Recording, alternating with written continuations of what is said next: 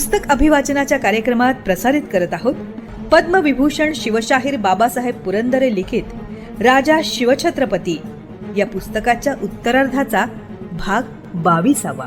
अभिवाचक जयंत ठोंबरे।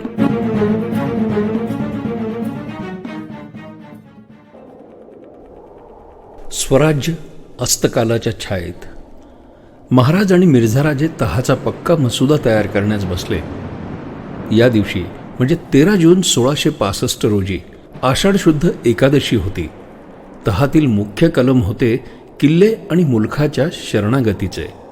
हे कलम तर प्रत्यक्षात अंमलात आलेच होते, पण एकूण 5 कलमे होती। हीच ती पुरंदराच्या विख्यात तहातील कलमे। ती याप्रमाणे: शिवाजी राजांनी फक्त 12 किल्ले आणि 1 लाखहून उत्पन्नाचा त्याखालील मुलूक यावर संतुष्ट राहावे।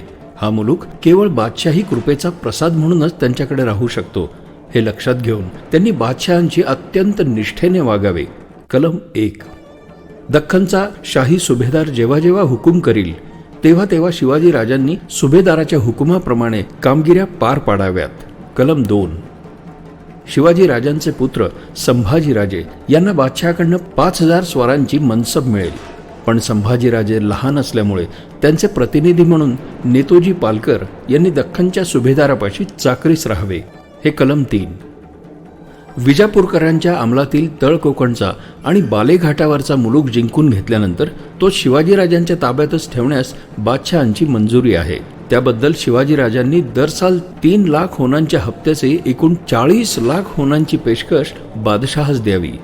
हे होते कलम 4: पुरंदर, रुद्रमाळ, कोंढाणा, खंडागळा, लोहगड, इसागड, तुंग, तिकोना, रोहिडा, नरदुर्ग, माहुली, भंडारदुर्ग, पळसखोड, रूपगड, बख्तगड, मोरबखन, माणिकगड, सुरूपगड, साकरगड, मरकगड, अंकोला, सोनगड आणि मानगड हे 23 किल्ले आणि त्याच्या अंमलातील 4 लाख होनांचा मुलूक शिवाजी राजांनी बादशहाच्या स्वाधीन करावा। हे होतं कलम 5।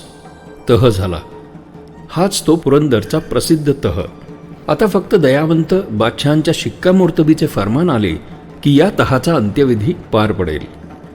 मिर्झाराजांनी शिवाजी राजांच्या शरणागतीचे आणि इतर सर्व हकीकतीचे खूप मोठे पत्र बादशहाला पाठवले। पत्रातील हस्ताक्षर मात्र उदयराज मुंशीचे होते। तहाचा सोहळा संपला। दुसऱ्या दिवशी म्हणजे 14 जून 1665 रोजी महाराज राजगडासाठी जाण्यास निघणार होते। त्याप्रमाणे दुसऱ्या दिवशी महाराज निघाले। मिर्झाराजांनी त्यांना अतिशय मानानं निरोप दिला। सोन्याचे साज घातलेले 2 घोडे आणि 1 हत्ती त्यांनी महाराजास भेट दिला, शिवाय मानाचा पोशाखही दिला। त्यानंतर महाराज निघाले। त्यांच्याबरोबर राजांनी आपला मुलगा किरतसिंह यास दिले। दाऊद खानाच्या डेऱ्यास महाराजांना निरोपाचे विडे देण्याचा समारंभ झाला आणि तिथून किरतसिंहासह ते कोंढाण्याकडे बिदा झाले।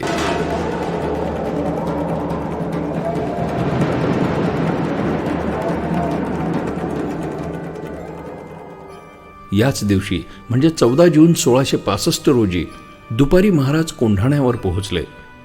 कोंढाण्यावर आईसाहेब आणि इतर कुटुंबीय मंडळी होती। पुरंदरच्या दुर्दैवी तहाची हकीकत समजल्यावर आईसाहेबांना किती वाईट वाटले असेल याची कल्पनाही न केलेली बरी। आणि आता खुद्द कोंढाणाही सोडून देऊन निघायचे होते। परिस्थिती अशीच आली होती की शहाणपण आणि समशेर हतबद्ध झाली होती। कोंढाण्यावरचा भगवा झेंडा काढून घेण्यात आला। औरंगजेबाचे निशाण गडावर चढले। आईसाहेबांच्या हृदयात जणू भालाच खचकन रुतला। आता हा भाला कोण उपसून काढील, केव्हा उपसून काढील? तोपर्यंत जखमेच्या वेदना सहन करणे भागच होते। आईसाहेबांना घेऊन इतर सर्व कुटुंबियांसह उदास मनाने महाराज कोंढाण्यावरून राजगडास निघाले। कोंढाण्यावर मोगलांचा हिरवा अंमल चढला। मोगल किल्लेदार गडावर उभा राहिला। त्याचे नाव शाहिद खान। कोंढाण्याचा हा पहिला मोगल किल्लेदार।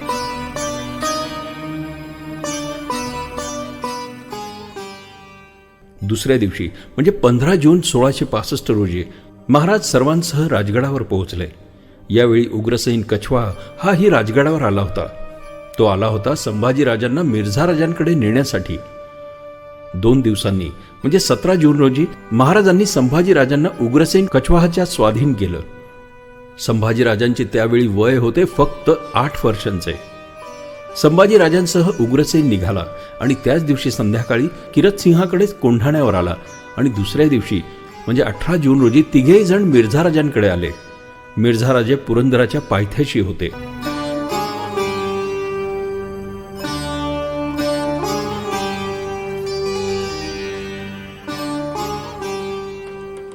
मिर्झा राजांनी संभाजीराजांची सर्व व्यवस्था आणि मान अगदी महाराजांप्रमाणे उत्तम ठेवला आणि आपला दिवाणखान्याचा खास शामियाना संभाजीराजांना उतरावयास दिला. महाराजांनी संभाजीराजांबरोबर आपली इतर कोण कोण विश्वासू माणसे पाठवली होती की नव्हती हे इतिहासाला माहिती नाही, पण कोणी ना कोणीतरी खास विश्वासाने संभाजीराजांबरोबर दिले असतील यात शंकाच नाही. 23 किल्ल्यांचा नेत्रदीपक विजय आणि शिवाजी भोसल्यांसारखा भयंकर दरोडेखोर पुंडाची शरणागती आपण अवघ्या 3 महिन्याच्या मोहिमेत प्राप्त करून घेतली याचा आनंद मिर्झा राजांना फारच होत होता. आता औरंगजेब अत्यंत प्रसन्न होईल अशी आनंददायक खात्री त्यांना वाटत होती आणि ती बरोबरच होती. दख्खनची थैली घेऊन मिर्झा राजांचा सांडणीस्वार दिल्लीत दाखल झाला. तो दिवस होता 27 जून 1665.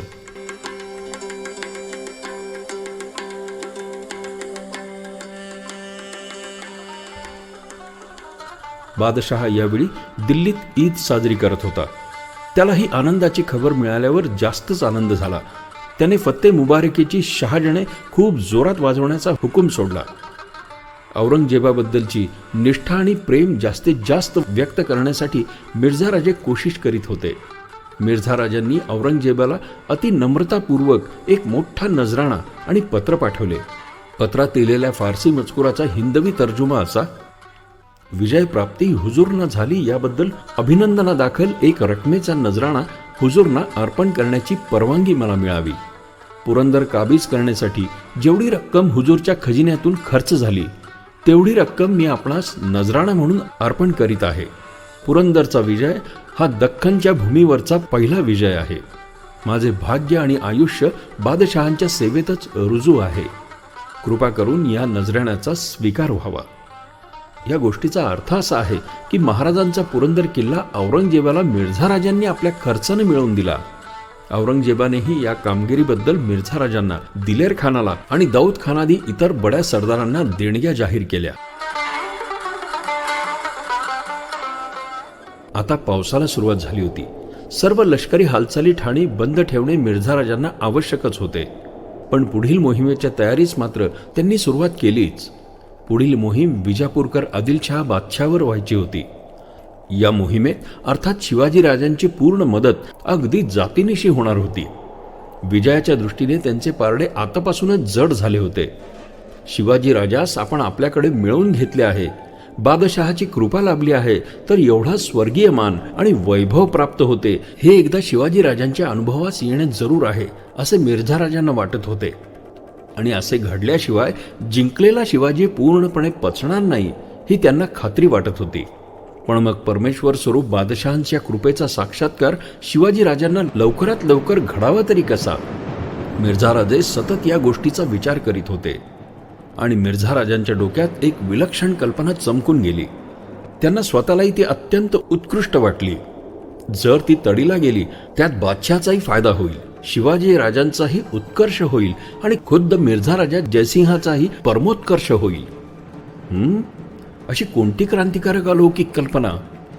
शिवाजीराजे भोसले यांनी प्रत्यक्ष मोगल दरबारात जाऊन बादशाह, शहनशाह, जिले सुभानी, मोइनुद्दीन, मोहम्मद औरंगजेब, आलमगीर गाझी यांची भेट घ्यावी.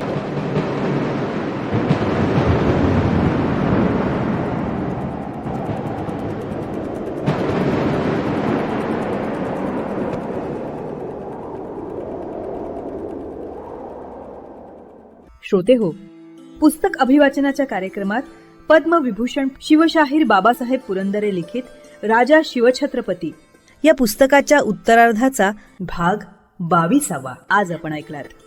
रसिक हो, आपल्याला हे पुस्तक अभिवाचन आवडतंय, भावतंय, ऐकावंसं वाटतंय हे आपण दिलेल्या कमेंट्सवरनं लक्षात येतच आहे.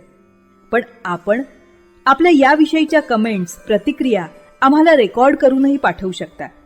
या पुस्तक अभिवाचनासाठी येणाऱ्या प्रतिक्रियांवर आधारित प्रतिसाद या विशेष कार्यक्रमात त्याचा नक्कीच समावेश केला जाईल.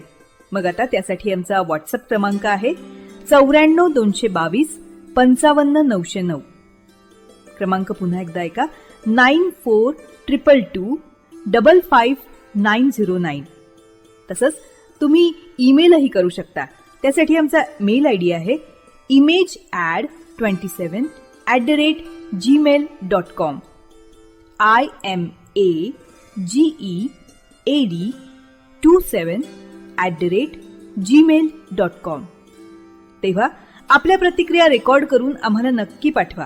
आम्ही त्याची आतुरतेने वाट बघतो आहोत.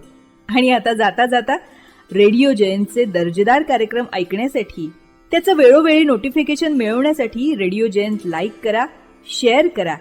आणि हो, रेडिओ जयंतच्या या यूट्यूब चॅनलचं सबस्क्रिप्शन फ्री आहे. तेव्हा लगेचच रेडिओ जयंतला सबस्क्राईब करा.